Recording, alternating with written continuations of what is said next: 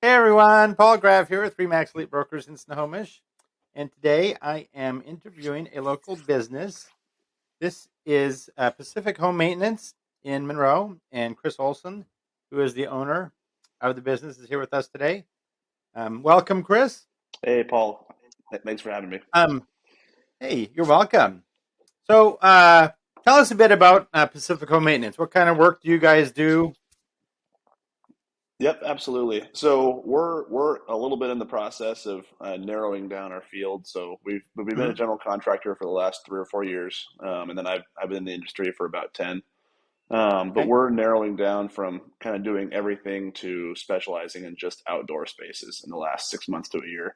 So our Okay. primary Good to know. services that we do are decks, patios, fences, gazebos, pergolas, awnings, and kind of all those different like outdoor living space backyard projects. Hmm.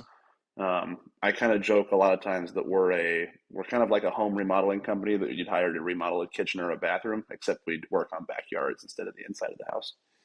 That's very cool, though. Have your little niche there. So, what got Yeah. you interested in the home improvement business to begin with? Well, so I started in the business when I was in high school and college, actually. I mean, I started in construction the same way a lot of people did, which is just it was the easiest job to get as a punk 17-year-old kid that grew up on a Yeah. farm and knew how to work hard. So it was the easiest job to get that was it was a whole lot better than working at McDonald's or working at a restaurant or working inside all day. And Yeah. it paid a lot better as a teenager than a lot of other jobs. So it kind of just sucked me in up front. Okay. And then I stayed in construction for years after that. And even though I went to other jobs, I mean, I did a couple of other careers and tried a few things out. And construction was always the side job or the second job for a long time because it was old reliable. and then um, and then I ended up working as a firefighter paramedic. And on my days Oh, off, I very cool. decided to start a company. So became self-employed, and then the business just kind of grew to the point where I actually left the fire department for a while, and Wow. just recently went back to working as a paramedic again. Hmm. But the business is still the primary for my career these days. Nice. So, as a home improvement, how important is it for a homeowner to maintain and improve on their home? Well, I mean, obviously, like working real estate, I'm sure you talk to people about this every day, and Hmm. your home is the biggest asset that you're ever going to own for most people. Yeah. So you Yeah. think about how people will spend money to paint protect their car to protect the investment they made in their car, or Right. they'll keep things clean and they'll keep things nice. But a lot of people, it's shocking how many people don't realize all the things that go into maintaining a house when they kind of jump into that buying a house and home ownership Right. track.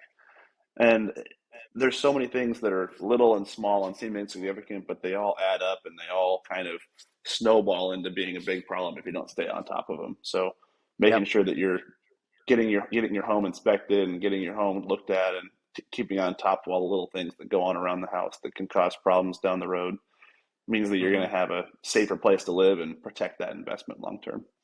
Do you have like a recommended calendar for homeowners as when to do certain things? Like not just even a year, but as if you own your home for 10 years, when to start looking at replacing a deck or doing projects outside and things like that.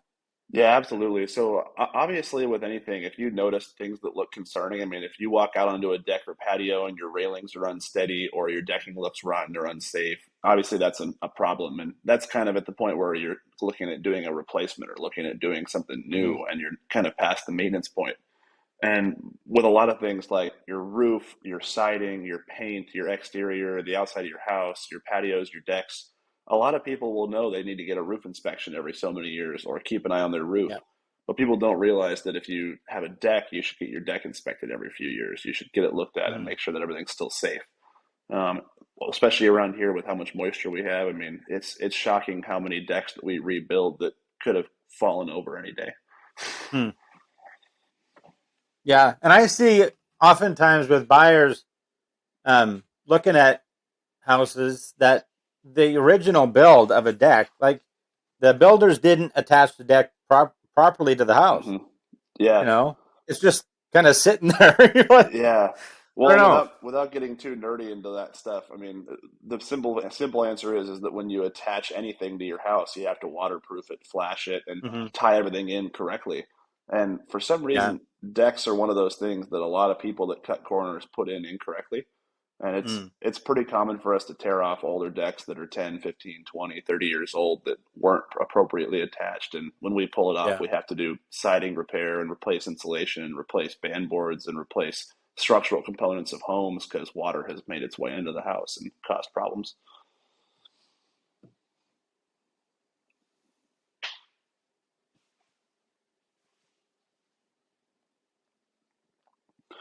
Yeah. Well, so one of the things that's really interesting is I've worked with a lot of clients that both are putting a new deck on their home because they're selling and because the old one's unsafe.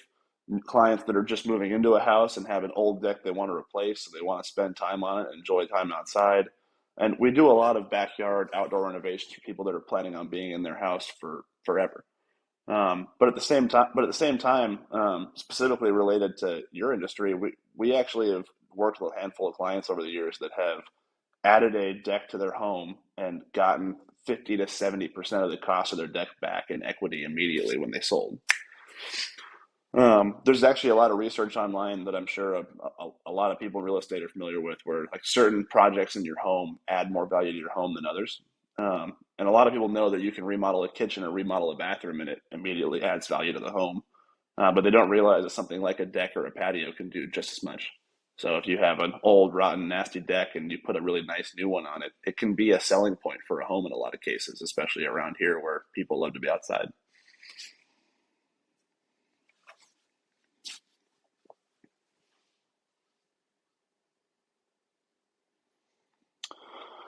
The number one thing that I think, especially small business in general, but construction especially, is you need to learn to stick to what you're good at as a business owner and pay somebody else to do the things that you're not good at. A great example is you probably know a lot of small business owners that started a company and got themselves in trouble because they did their own bookkeeping and accounting for the first few years. And the first time they go see a real accountant, the accountant tells them how screwed up their QuickBooks are.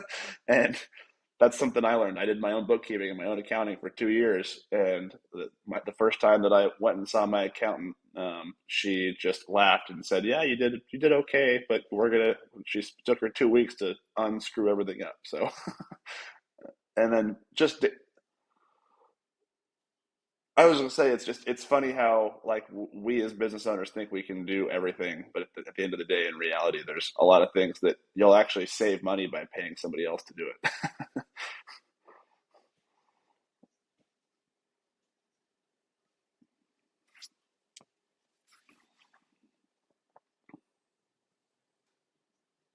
Hmm. Yeah. Well. Hmm.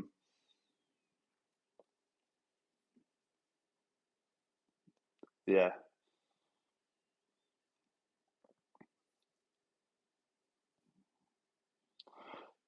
Yeah.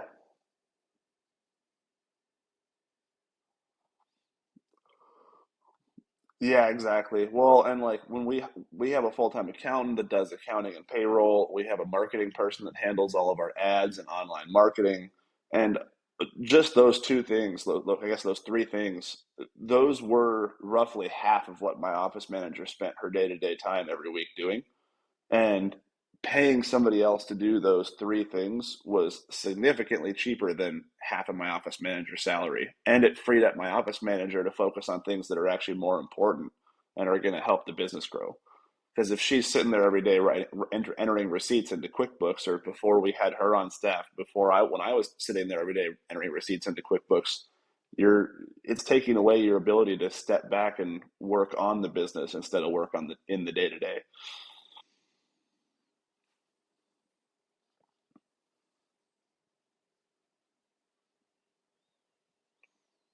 Yeah, absolutely. So I have a handful of them. I'm in a couple of coaching programs specifically for contractors and business owners. The main one is I'm part of a construction coaching program called the Contractor Fight, and it's run by a guy named Tom Reber. And I've been a member of his paid coaching programs for a couple of years, and they're a mentorship program, coaching program for construction companies, and basically it's a business coaching program for contractors, and won't get into all the details, but they teach you about sales, teach you about marketing, teaching you about understanding your numbers and the inner workings of the business, teaching you about mindset and how to learn and grow and become better as a business owner.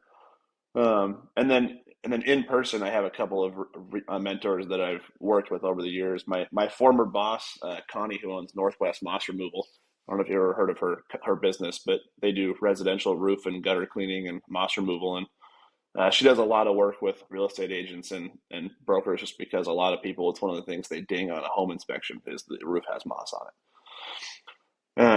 And I'm actually buying her company on July 1st. She's ready to retire. But she was one of my mentors, and she helped me grow a lot when I was first becoming a new business owner. She's been self-employed for 35 years, so she's been there and done that in a lot of ways. Yeah,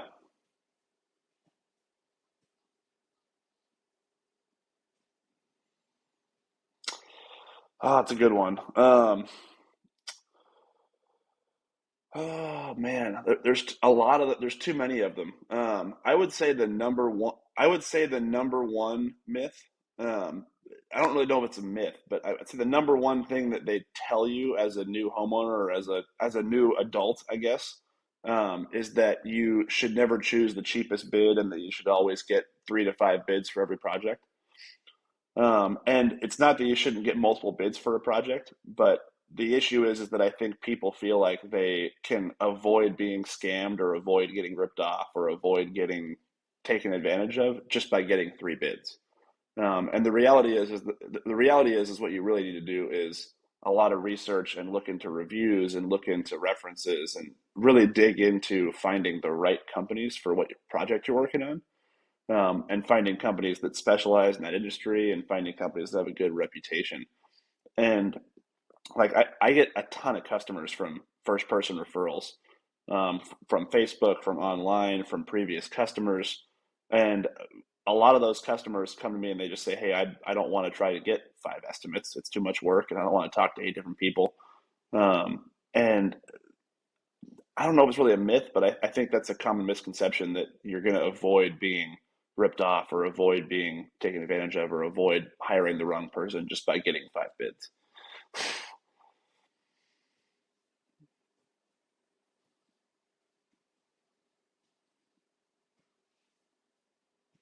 Hmm.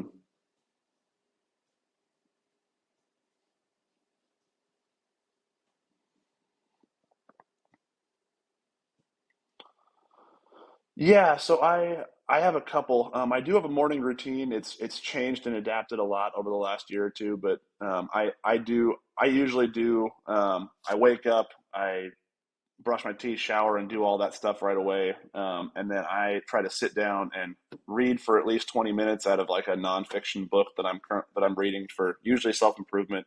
And then I try to make a plan for the day. So I do this thing called the power list every day. It's basically what it is every day I put in a journal, I put the top 5 to 10 things that are the most important things I need to get done that are actually going to move the needle of my business or move the needle of my life that day, and a way to set priorities basically. So basically what I do is I focus my first few hours of the day and my most productive time of the day on those things. And if I get those things done and the rest of the day is kind of a mess because everything's going on and I'm putting out fires and delivering things and dropping off stuff and talking to crews and dealing with customers and all that stuff, if you get those things done, then at least you know that you got the most important high priority items done. Um, Yeah, it's a good way to do it. And then the nice thing is too is it there's a lot of science behind actually putting your top priorities on paper, checking them off as you do them, and then checking off the whole day as a yep, like I won the day today, like I got the important things done, that stuff's done. So even if the rest of the day is kind of crazy, you got the important stuff done, so the day is still a solid day.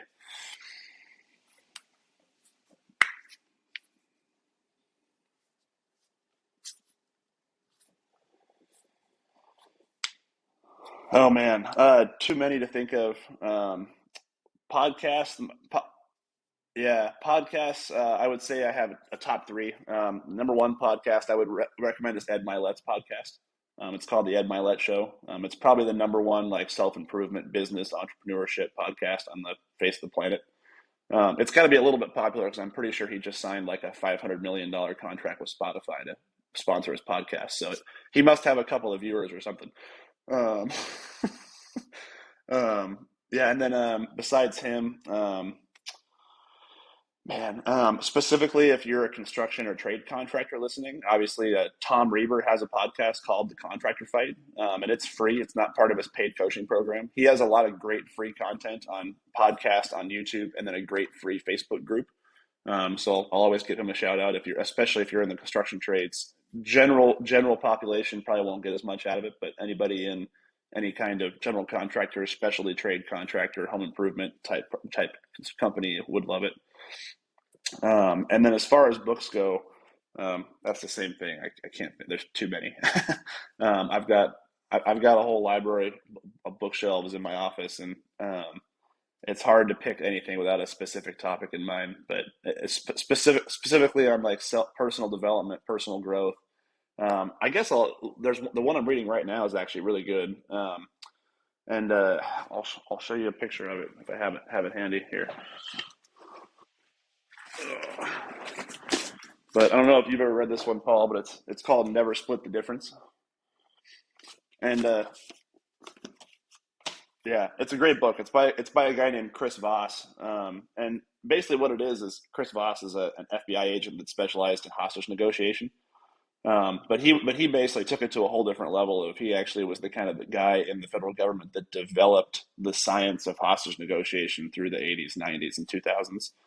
And yeah, and the whole book is basically about how to not compromise in negotiation and conversation. So when you're negotiating deals, when you're selling, when you're talking to customers, when you're dealing with people day to day in your life, it teaches you a lot of the science behind how to say. It's less about what to say and more about how you say it, and how to approach conversations. And it's a really good book, I think, for almost anybody in the professional world, because it teaches you how to, even if you're a secretary at a dentist office, you're going to have to negotiate and talk to people every day. Like it's one of those things that no matter what job you have, no matter what field you're in, it can benefit you.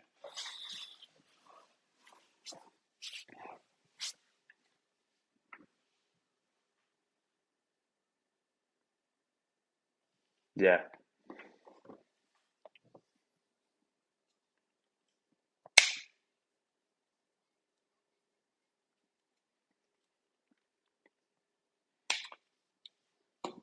Yep, absolutely. So the number one best way to get a hold of us is through our website. So it's Pacific Home WA like Washington.com.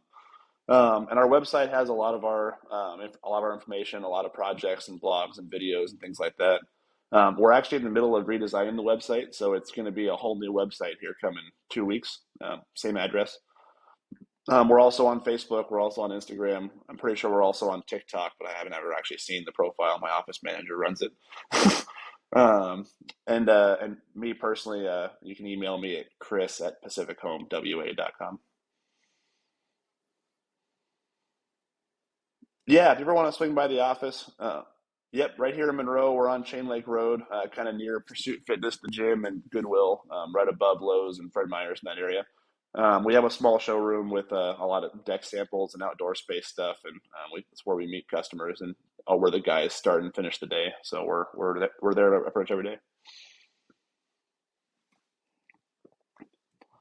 Yeah, I'm very fortunate to the number one thing you'll hear from construction and trade contractors is that they have a hard time hiring new employees and good employees, and I am blessed to have an awesome crew, and I have my office manager and then 5 or 6 guys in the field that are all awesome. I had a customer call me this morning actually right before we got on this call, and we're finishing up a 5 week huge massive deck with 3 or 4 staircases and 2 or 3 levels around a pool at his house.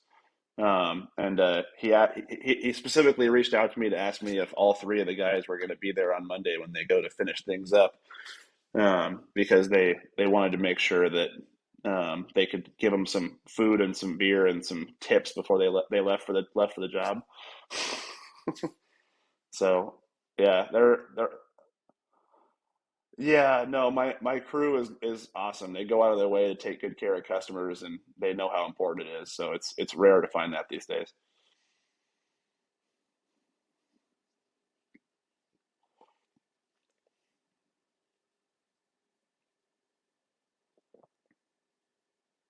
Awesome.